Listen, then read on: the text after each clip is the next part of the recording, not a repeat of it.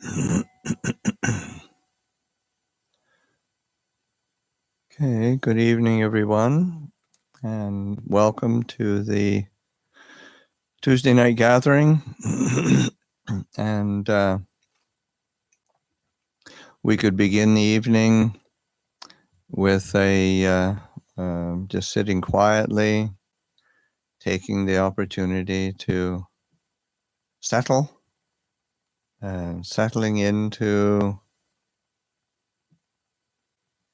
our physical posture, settling into our minds, settling into the moment around us. And of course, that settling, it always takes a little bit of time. So to be willing to be patient. This is a theme that Ajahn Chah used to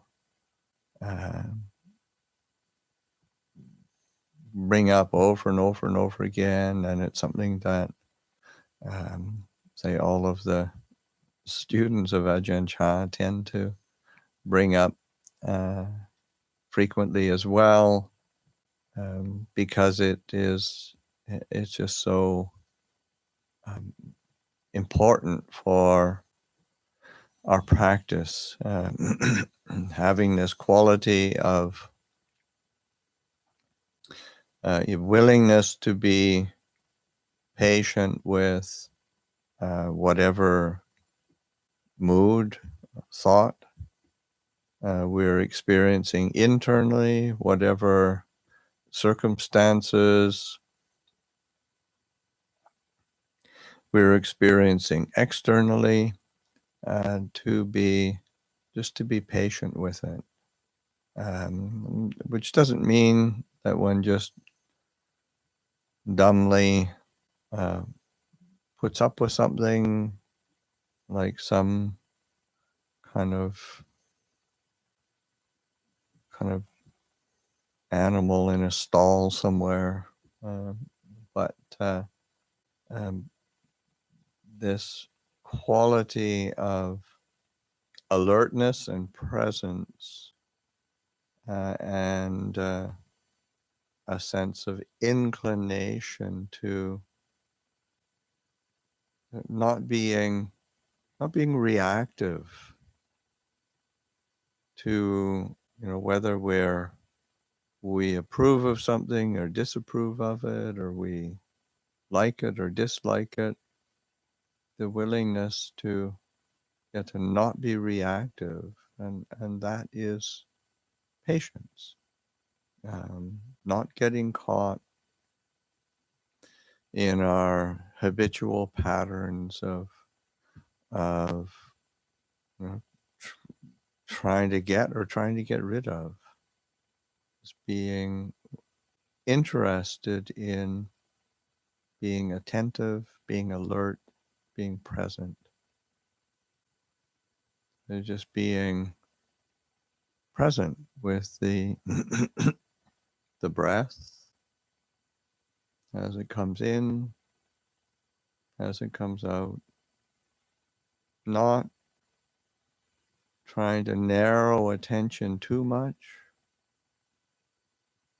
Just allowing attention to settle on what seems to draw one's interest. Whether it's the feeling of the whole body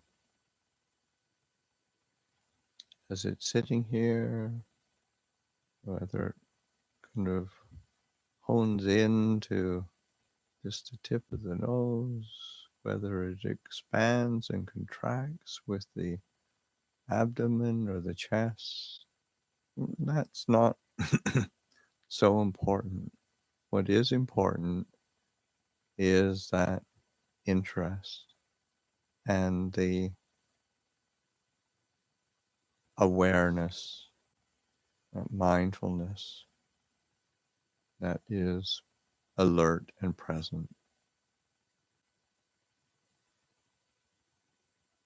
And then the sense of patiently attending to the experience. And that's how we get to learn from our experience. It's not by trying to fit it into a mold somehow, coerce our mind into just sitting still and shutting up. I mean, it's need to finesse it a bit more than that. Um, Taking an interest, taking being a sense of patience, because patience opens up all sorts of possibilities. Whereas our mind jumping to its reactions or its conclusions or its preferences limits us immediately. As we breathe in, attending to that sensation of the in-breath, wherever it feels comfortable. Breathing out, attending to that sensation, allowing that rhythm to be a catalyst for settling, composing, inclining to clarity and stillness. So we can take the opportunity to just sit quietly for a while.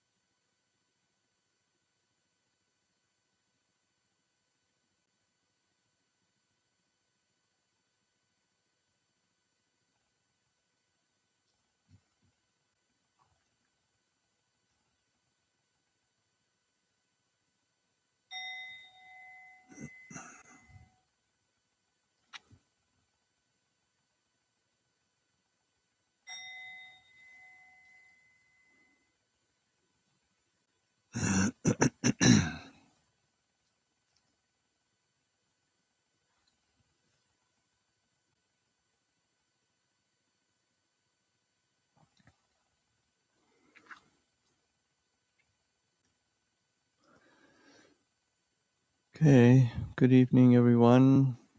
Um,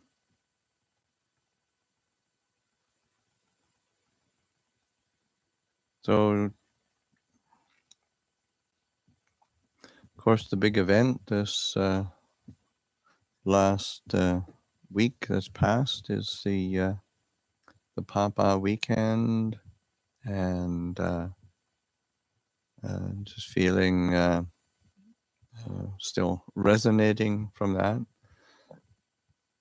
both in terms of kind of the good energy from it, and then resonating with the tiredness from it.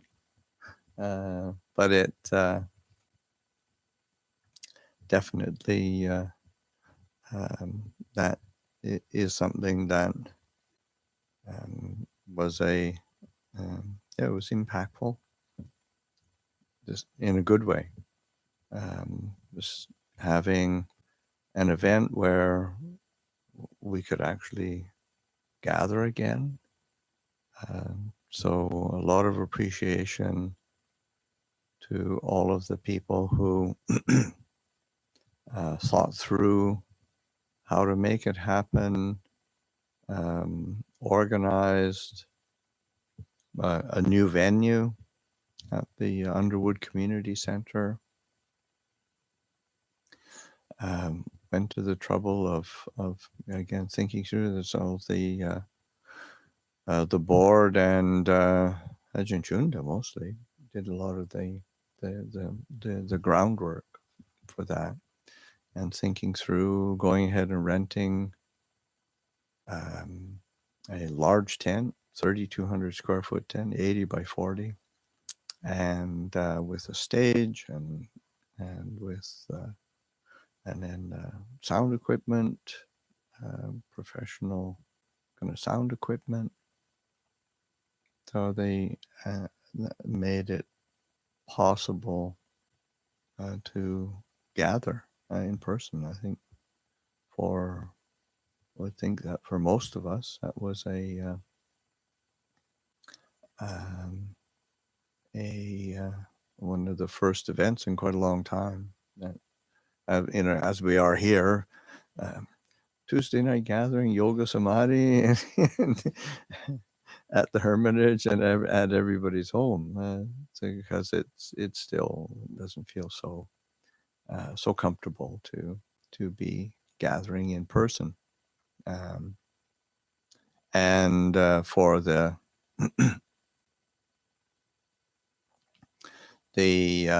um, uh, there was all the preparation and just a lot of careful thought was given to the organization of it, and it was great. And then all sorts of people helped out with the um, detail stuff of, because nothing happens magically or on its own. Certain effort needs to be put in, and the Portland Friends of Dhamma,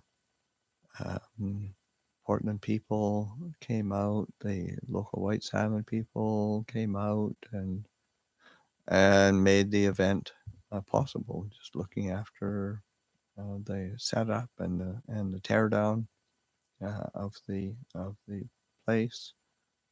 And we had um, about 55 people for the meditation day. The afternoon had the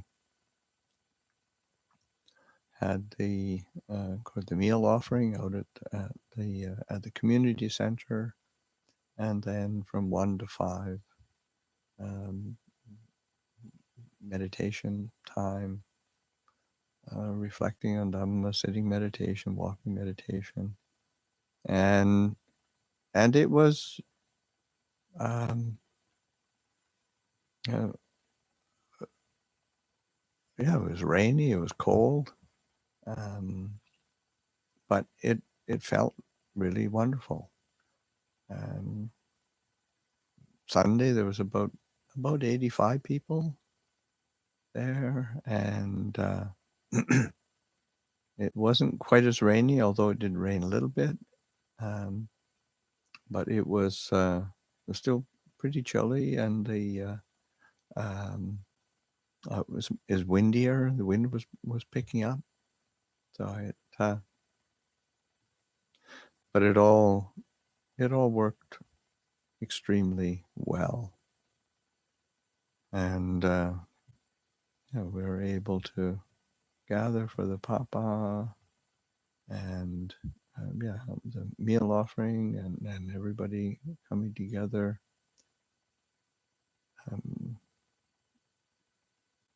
I think that sense of community, and of course it's um, the sense of community is it has different, say, circles of community, different spheres of community, so extending out, so that um, people joining in online, people coming from um, um,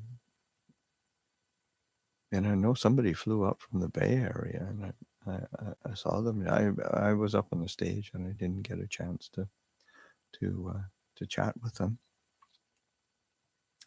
And of course, people coming down from Seattle, and Ajahn Ritti brought some monks and a few lay people from Seattle, and other people from Seattle came down. People from Tri-City area and Yakima, of course, Portland and Vancouver, and then the areas around here, the Dalles. So it there's the extended community, and then of course online. I wasn't paying attention at all. The computer wasn't nearby, but people could be plugging in from anywhere. And then, of course, since the actual event has been over, then I mean, I haven't looked, but I'm sure there's been all sorts of people have been plugging in and watching the YouTube channel, and benefiting from the gathering, so that it takes uh, these are, you think of, well, what does it require? Well, it takes the spiritual faculties, the indriyas, saddha, virya, sati, samadhi, panya. These are, it isn't just when we're sitting in meditation in our shrine room or in our kutis in the forest that we cultivate these spiritual faculties in order to gather in a or to plan and to execute and to actually create a gathering and to come together. It takes that sense of saddha, of faith, of confidence, of trust, in order to show up and to be there. Virya, it definitely takes effort and energy and some resolve. Takes some mindfulness, awareness, attention, just to see what needs to be done to be able to do it. Takes samadhi, in the sense of the mind needs to be settled. We can keep collecting attention, collecting our awareness and our sense of composing the mind, not getting entangled in our likes and dislikes, not getting entangled in our confusion or our fears, just being able to settle into what we're doing, and then wisdom, discernment, a reflective consideration of the things that one is doing, what needs to be done, what has been done.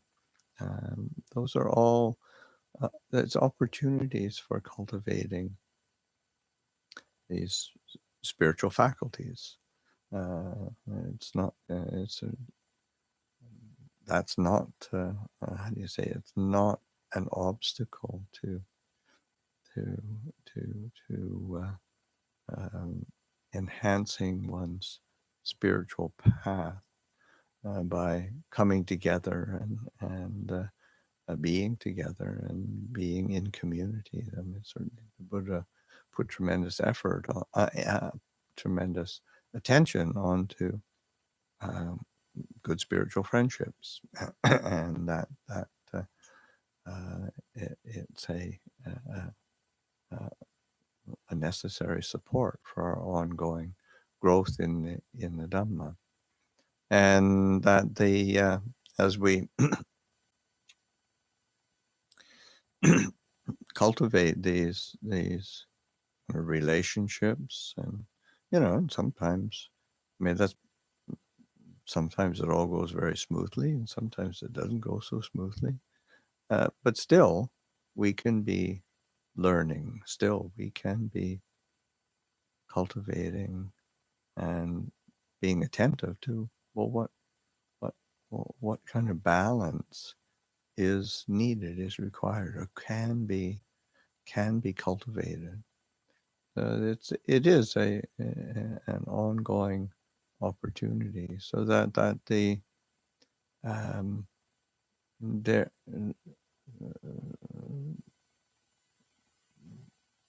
the I say that our practice of Dhamma is not isolated to a specific activity, say like meditation. It is we can be cultivating it in all that we do, and that is when we start to allow the mind to extend itself out and expand to consider that, then that's where, like Ajahn Chah said, everything is teaching us, and that is it's a great opportunity. So that to be considering these occasions, and I think particularly in the in the say Western countries, there is a kind of a almost sort of a Protestant Theravada kind of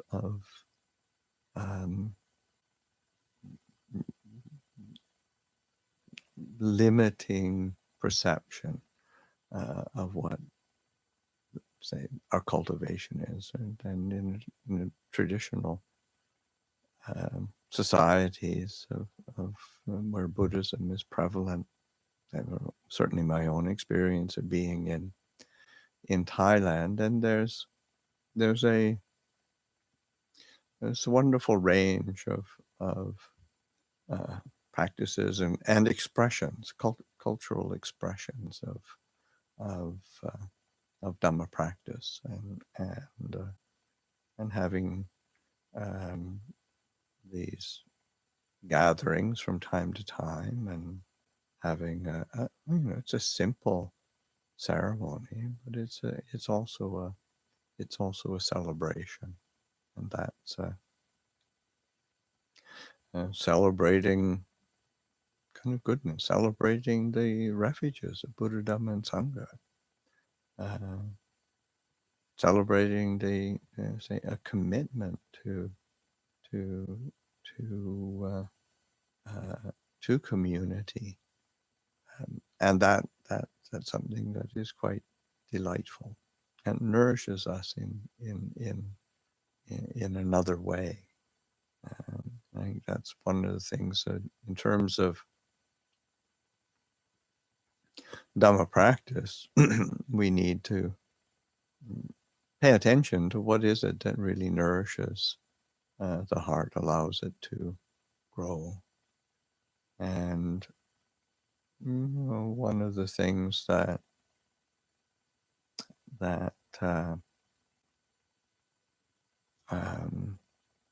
say the Buddha points to as a say a quality of heart that is needed, helpful to be attending to, is gratitude. And certainly for us as the resident Sangha at the Hermitage, and having a Papa that is in support of the Hermitage, and just a tremendous amount of gratitude coming up.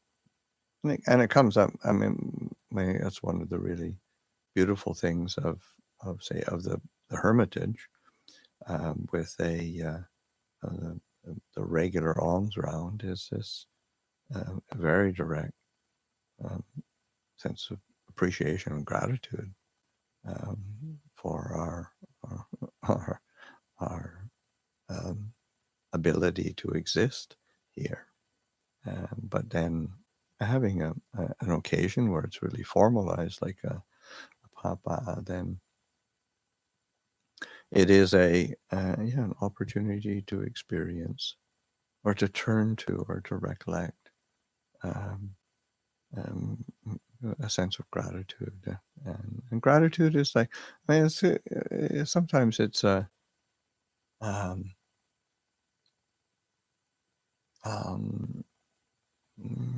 it's important to pay attention to what these words mean, because it's it's easy to sort of sometimes to be the kind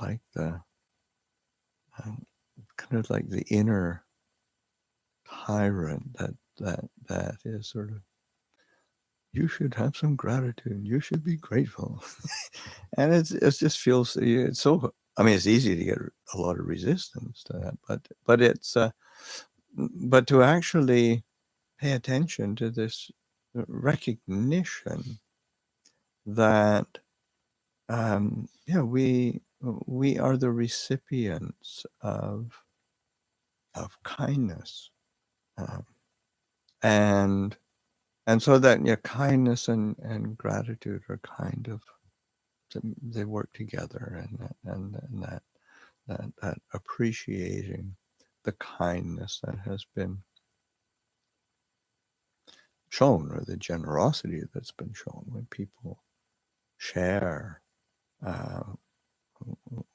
what is theirs, and for the benefit of others.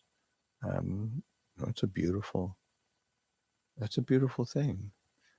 And so that, and certainly this past weekend was a tremendous display of generosity, and and so that I say, acknowledging, allowing that into the heart, and recognizing that kindness, that generosity, and then what comes up quite naturally is that sense of gratitude, appreciation. It's also, in terms of gratitude, there is a sense of recognizing the fruits of skillful action, that there are beautiful, positive results arising from skillful action, and that and you reflecting on it in that sense, because that's kind of a basis of right view in the Buddha's teachings, that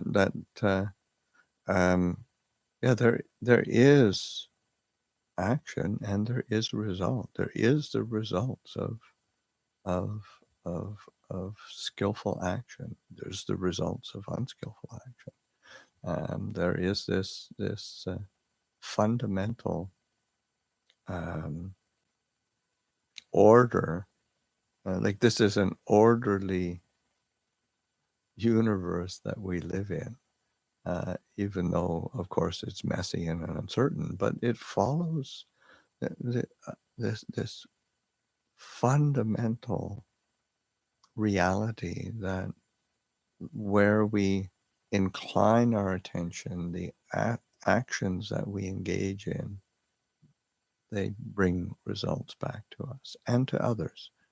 And the results of, say, of generosity, of kindness, of sharing, of integrity, um, uh, the result is one of appreciation, because one knows that whether it's ourselves or others, we've all got lots of choices to make, and sometimes some of those choices are not so great, but to be able to recognize that people are making really wise choices to be, say, generous, to be kind, to be helpful, to be warm and gracious to others, to be wise and discerning, and that's really worthy of tremendous gratitude, and that brightens the heart. So that's one of the things that the Buddha points to as a, in the discourse on the highest blessings. One of the qualities is gratitude, and the word is katanyu.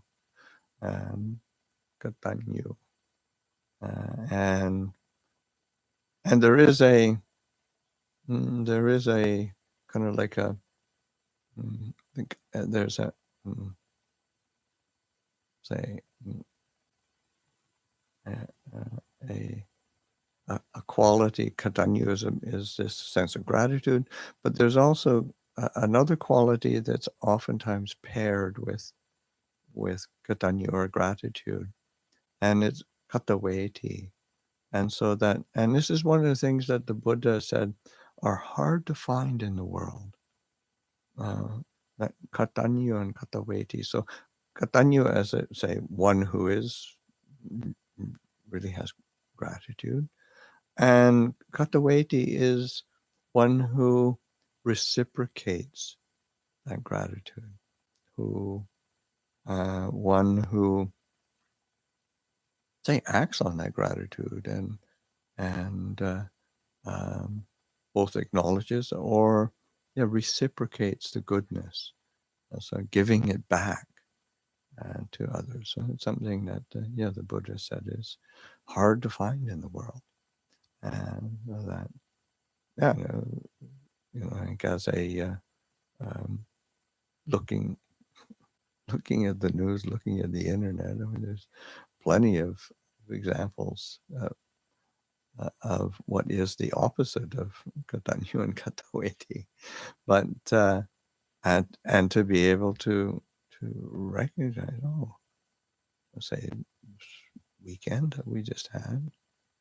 is a wonderful example of its opposite, and the beauty of that, to be able to delight in that, and feel a lot of gratitude that one has the opportunity to experience that and to have that as a resource, because it is a resource. This is in terms of a nourishment for spiritual growth, for growth in practice.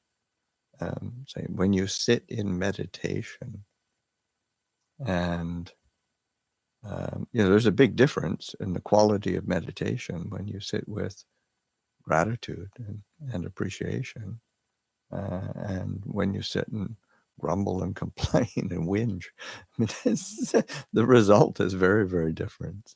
It's being able. It is it's a tremendous benefit to encourage the mind. So it's a nourishment for our growth in the Dhamma, and allows the mind to settle so much more easily, to be expansive and bright. So it's these ceremonies or occasions are not just for the particular occasion or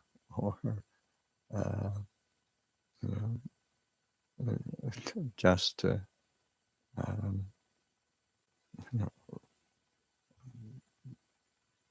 be something perfunctorily done, but to attend to it really skillfully, and when it's done well, has this real benefit. So these are some reflections, ramblings that come after a busy weekend. So that I'll leave it there, open it up for some questions.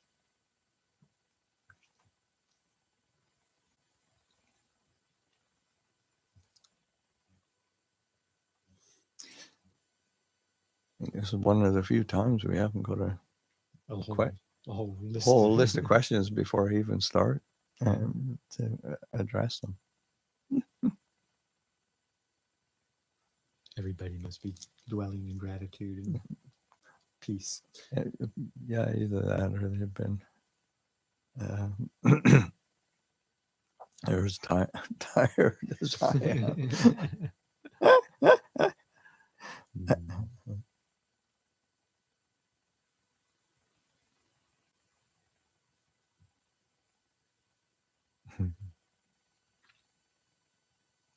Got 27 happy people. 27 happy people. Tapping in. Great.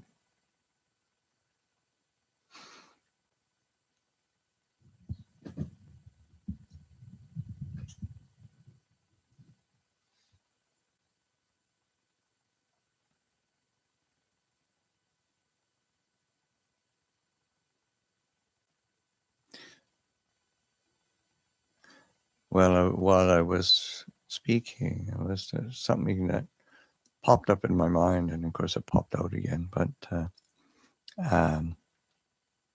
was the like in Thailand, like you have ceremonies for the the Buddha image, or creating a Buddha image, and you have a ceremony ritual of chanting for it and doing, or for some enshrining relics or something in a jetty, and one of the really beautiful things that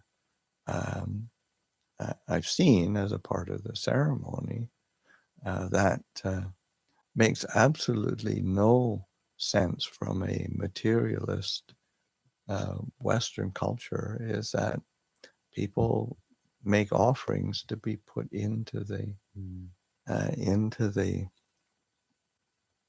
image, usually like gold or silver, really valuable, or gems and gold to be put into the, like when I remember when we put in the ashes and relics of Ajahn Chah and dedicated the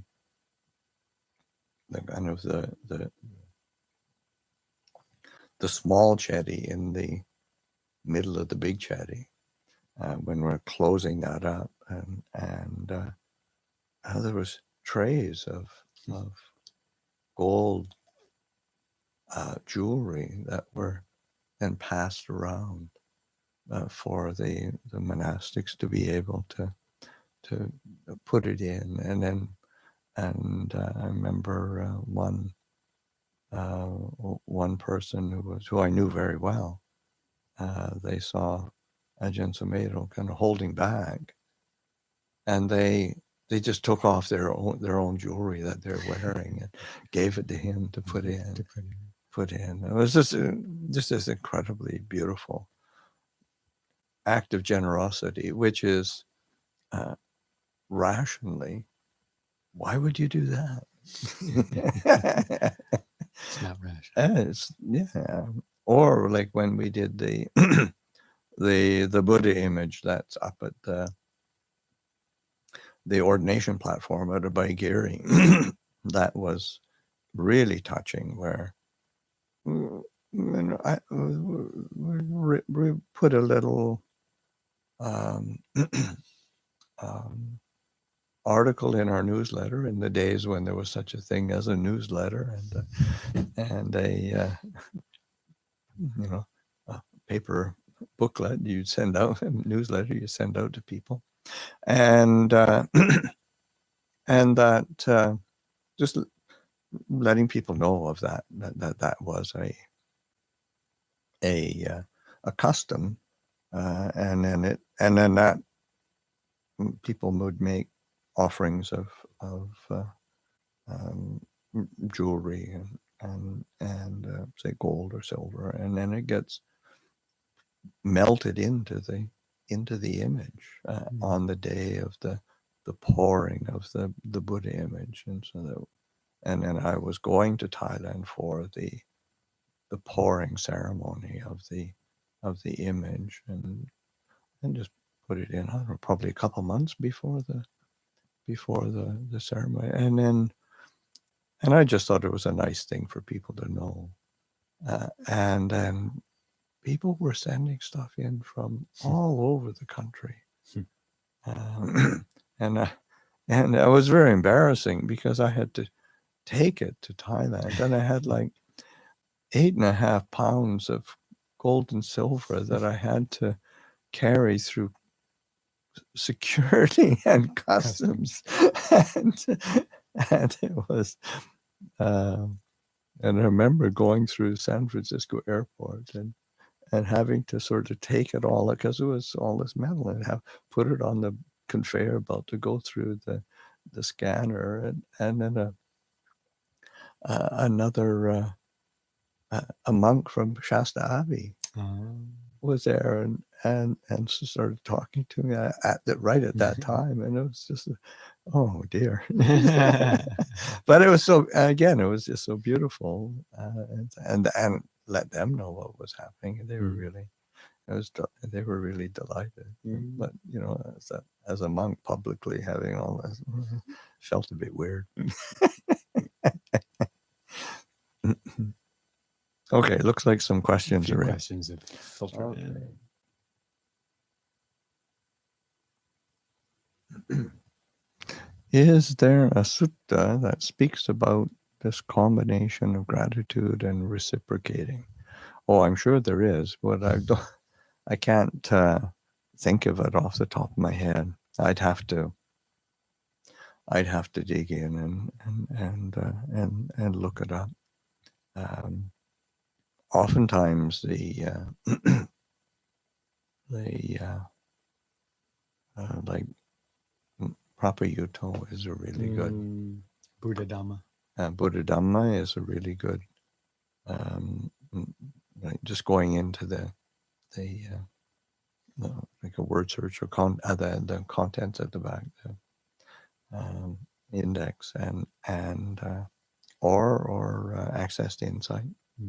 It's oftentimes a good place, but I can't think off the top of my head right now. Okay, we're both stumped. Yeah, I don't have one.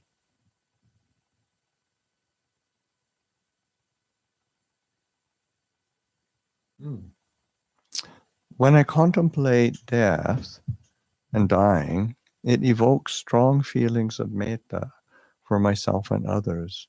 Is this the expected result? Well, I think it's one of the hoped for results. Absolutely.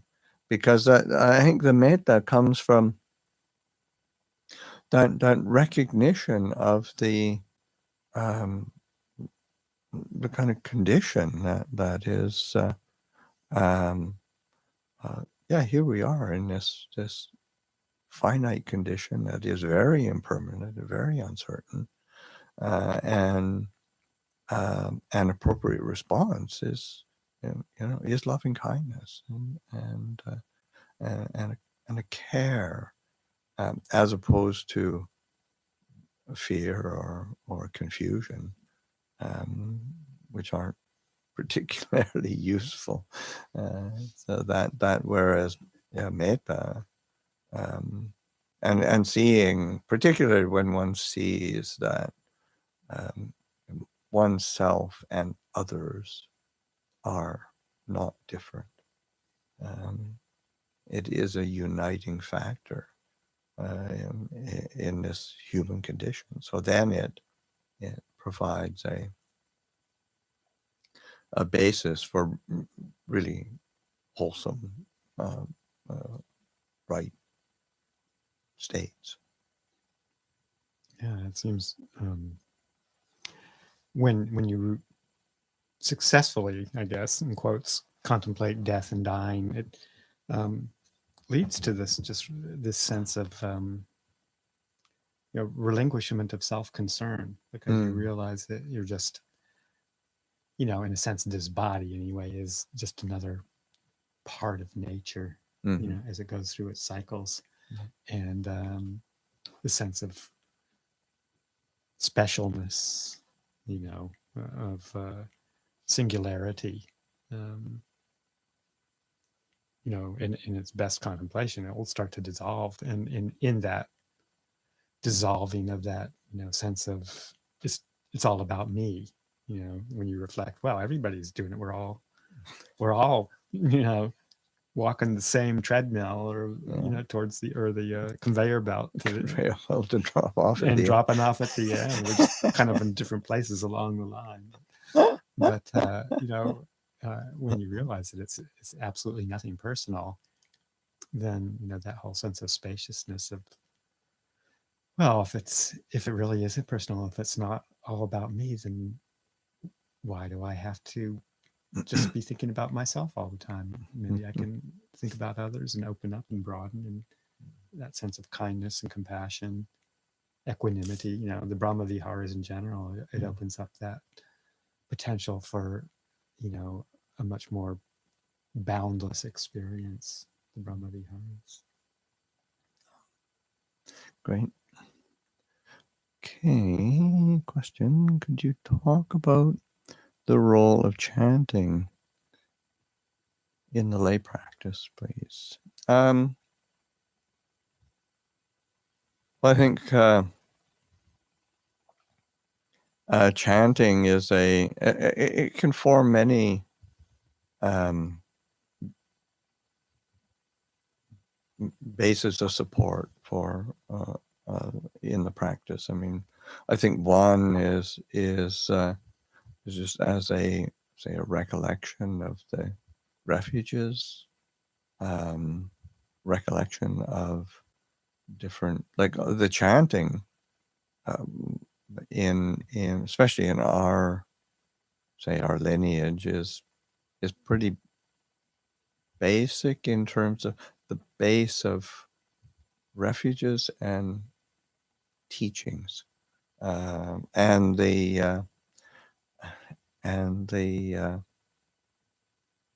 chanting is a way of turning the mind to those recollections of Buddha Dhamma Sangha, recollection of loving kindness, or of the different reflections of the five recollections to be done frequently, 32 parts of the body. Those are all chants. They're turned into chants. Or the Dhammacakka Sutta, the Buddha's first discourse, the discourse on anatta, discourse on the fire sermon. Those are the sort of like called the three cardinal suttas, teachings that were given in the earliest days of the Buddha. So that being able to chant and remind oneself of those teachings, because they are really fundamental to the practice. And of course, there's also the Purita chanting, which are both protective and blessing chants. And as a layperson,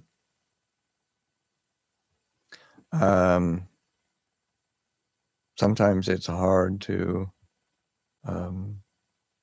get some momentum going, because you wonder, what the heck am I chanting? And then just to be able to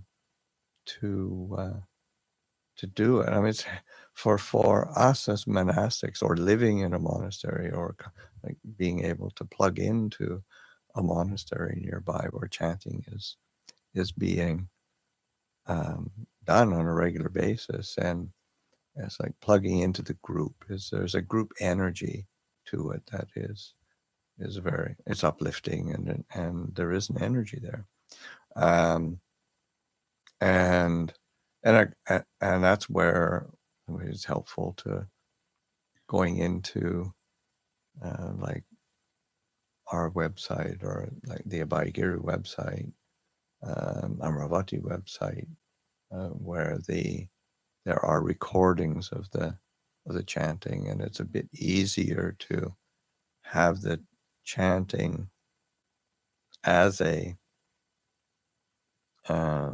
something you can plug into and carry one along until it becomes very familiar and comfortable. And there is say an energy that comes. It's like for before sitting, to be doing some chanting, and that bringing to mind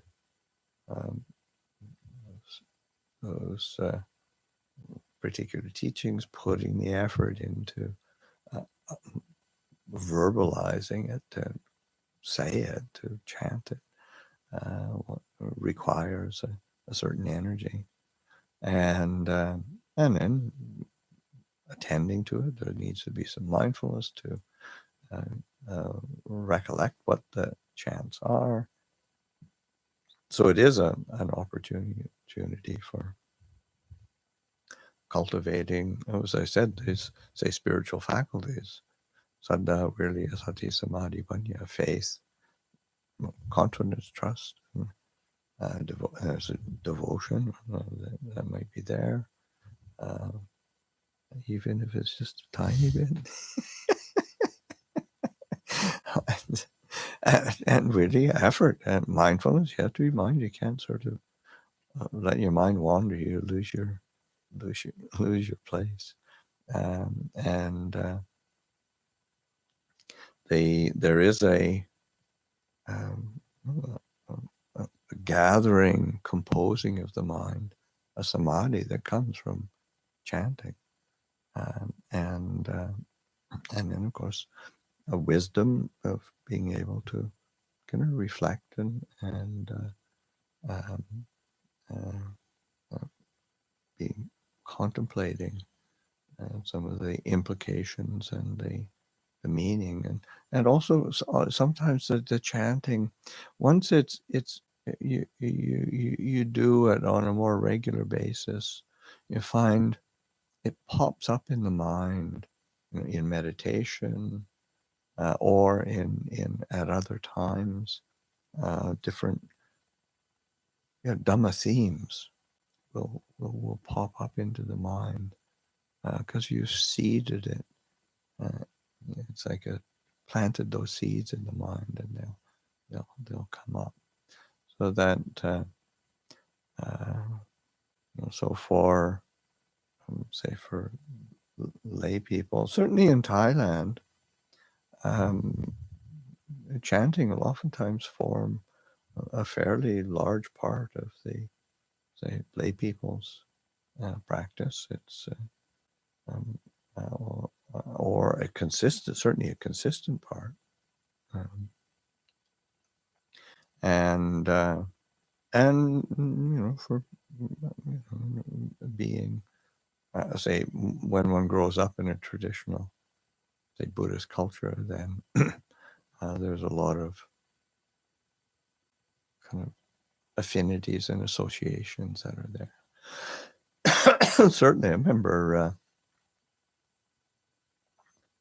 say, Ajahn Mahabua writing Ajahn Mun's biography and him relating to Ajahn Mun's meditation routines.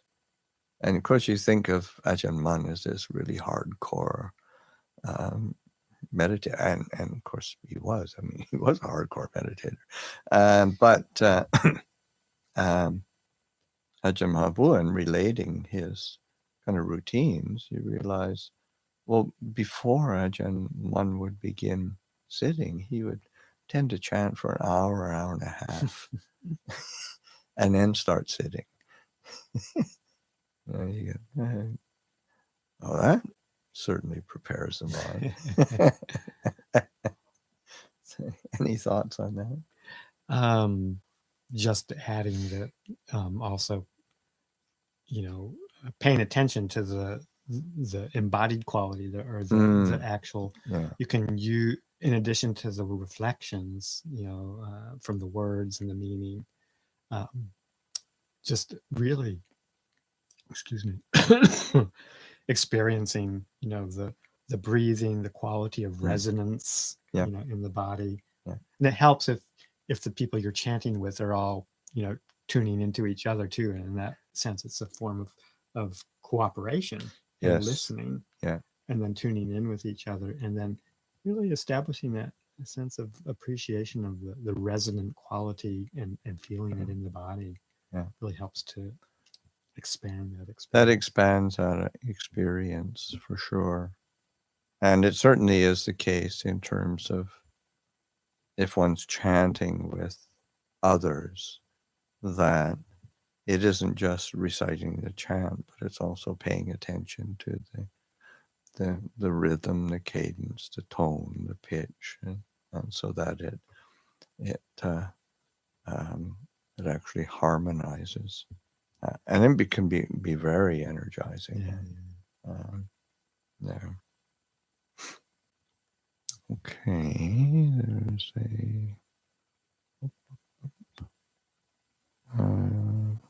is gratitude a part of mudita? You can make a case for it. It's not necessarily kind of addressed in that way regularly, I don't think. But I mean, there's no reason why it couldn't be a part of mudita. Yeah, I've often had that kind of reflection as well, with the sense of, like, if mudita is the appreciative joy, in a sense, the sense of feeling happy at another person's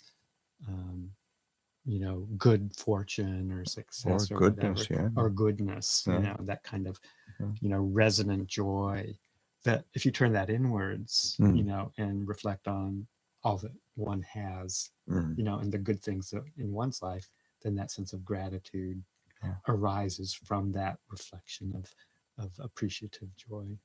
So seems like they can kind of meld into each other. Yeah, I think they definitely can be paired, and or can be coupled together. Yeah.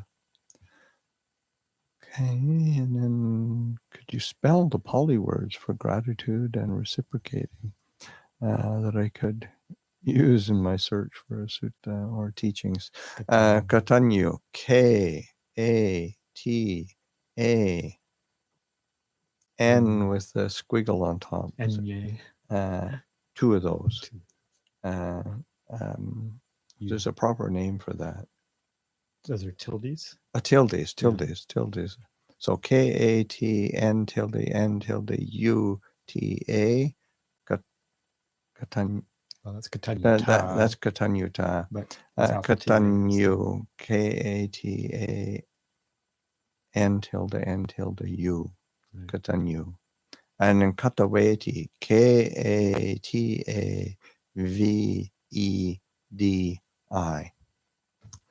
Not H-I. It's just plain I. I think just plain I. Kataveti.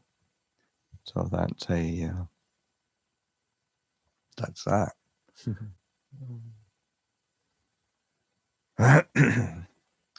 Okay, well, I think that pretty much wraps it up.